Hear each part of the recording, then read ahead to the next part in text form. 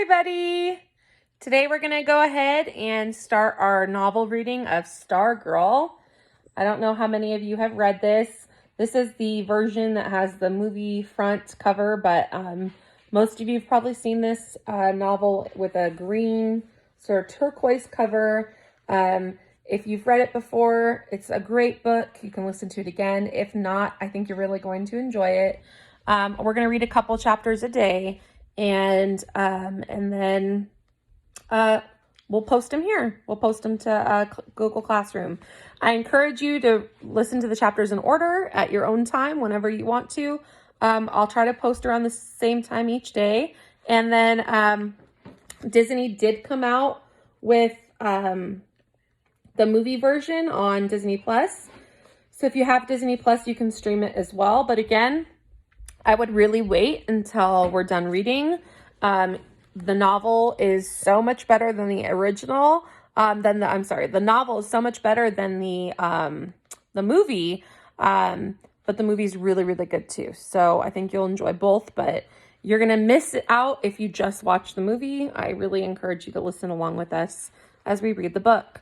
So I'm going to read the preface in chapter 1 today, and then we'll come back with a second video where my daughter Luna will be reading chapter 2 to you. I want to introduce you. This is my daughter Luna. Hi. Luna is in 5th grade, and she is going to be enjoying listening to the story for the first time along with you guys. So let's go ahead and begin. Okay, chapter 1 of Stargirl, actually preface of Stargirl. So my daughter went, huh? Preface is just the beginning. It doesn't have a chapter number. So this is just like a little bit of information before you read the book. Okay, so the preface is called Porcupine Necktie. When I was little, my Uncle Pete had a necktie with a porcupine painted on it. I thought that necktie was just about the neatest thing in the world. Uncle Pete would stand patiently before me while I ran my fingers over the silky surface, half expecting to be stuck by one of the quills. Once, he let me wear it. I kept looking for one of my own, but I could never find one. I was 12 when we moved from Pennsylvania to Arizona. When Uncle Pete came to say goodbye, he was wearing the tie. I thought he did so to give me one last look at it, and I was grateful. But then, with a dramatic flourish, he whipped off the tie and draped it around my neck. "It's yours," he said. "Going away present." I loved that porcupine tie so much that I decided to start a collection. 2 years after we settled in Arizona, the number of ties in my collection was still 1. Where do you find a porcupine necktie in Micah, Arizona, or anywhere else for that matter? On my 14th birthday, I read about myself in the local newspaper. The family section ran a regular feature about kids on their birthdays, and my mother had called in some info. The last sentence read, "As a hobby, Leo Borlock collects porcupine neckties." Several days later, coming home from school, I found a plastic bag on our front step. Inside was a gift-wrapped package tied with a yellow ribbon. The tag said, "Happy birthday." I opened the package. It was a porcupine necktie. 2 porcupines were tossing darts with their quills, while a third was picking its teeth. I inspected the box, the tag, the paper. Nowhere could I find the giver's name. I asked my parents. I asked my friends. I called my Uncle Pete. Everyone denied knowing anything about it. At the time, I simply considered the episode a mystery. It did not occur to me that I was being watched. We were all being watched. Chapter 1. Did you see her? That was the first thing Kevin said to me on the first day of school, 11th grade. We were waiting for the bell to ring. "See who?" I said. "Ha!" He craned his neck, scanning the mob. He had witnessed something remarkable. It showed on his face. He grinned, still scanning. "You'll know." There were hundreds of us milling about, calling names, pointing to summer tan faces we hadn't seen since June. Our interest in each other was never keener than during the 15 minutes before the first bell of the first day. I punched his arm. Who? The bell rang. We poured inside. I heard it again in homeroom, a whispered voice behind me as we said the Pledge of Allegiance. You see her? I heard it in the hallways.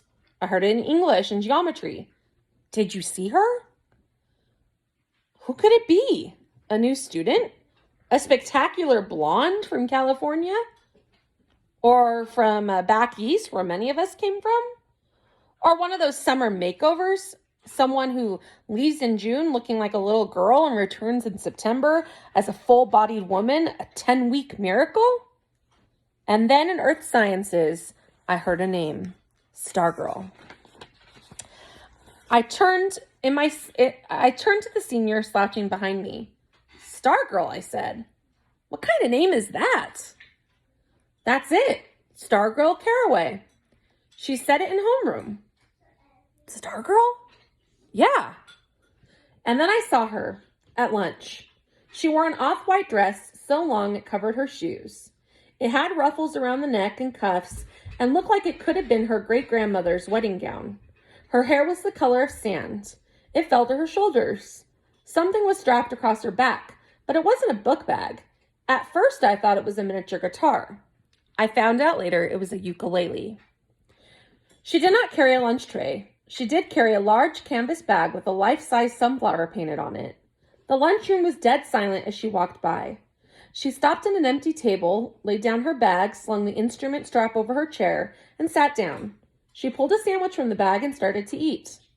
Half the lunchroom kept staring, half started buzzing. Kevin was grinning. What did I tell you? I nodded.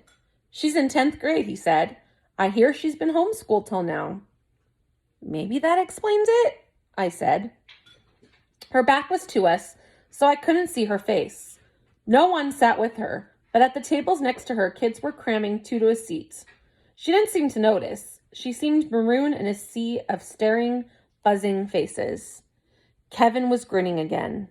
You thinking what I'm thinking, he said. I grinned back. I nodded. Hot Seat. Hot Seat was our in-school TV show. We had started it the year before. I was producer-director. Kevin was on-camera host. Each month, he interviewed a student. So far, most of them had been honor student types, athletes, model citizens, noteworthy in the usual ways, but not especially interesting. Suddenly, Kevin's eyes boggled. The girl was picking up her ukulele, and now she was strumming it. And now she was singing? I'm looking over, strumming away, bobbing her head and shoulders, singing, I'm looking over a four-leaf clover that I overlooked before. Stone silence all around. Then came the sound of a single person clapping. I looked. It was the lunch line cashier. And now the girl was standing, slinging her bag over one shoulder and marching among the tables, strumming and singing and strutting and twirling. Head swung, eyes followed her, mouths hung open, disbelief. When she came by our table, I got my first good look at her face.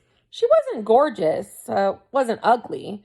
A sprinkle of freckles crossed the bridge of her nose. Mostly, she looked like 100 other girls in school, except for two things. She wore no makeup, and her eyes were the biggest I had ever seen, like deer's eyes caught in headlights.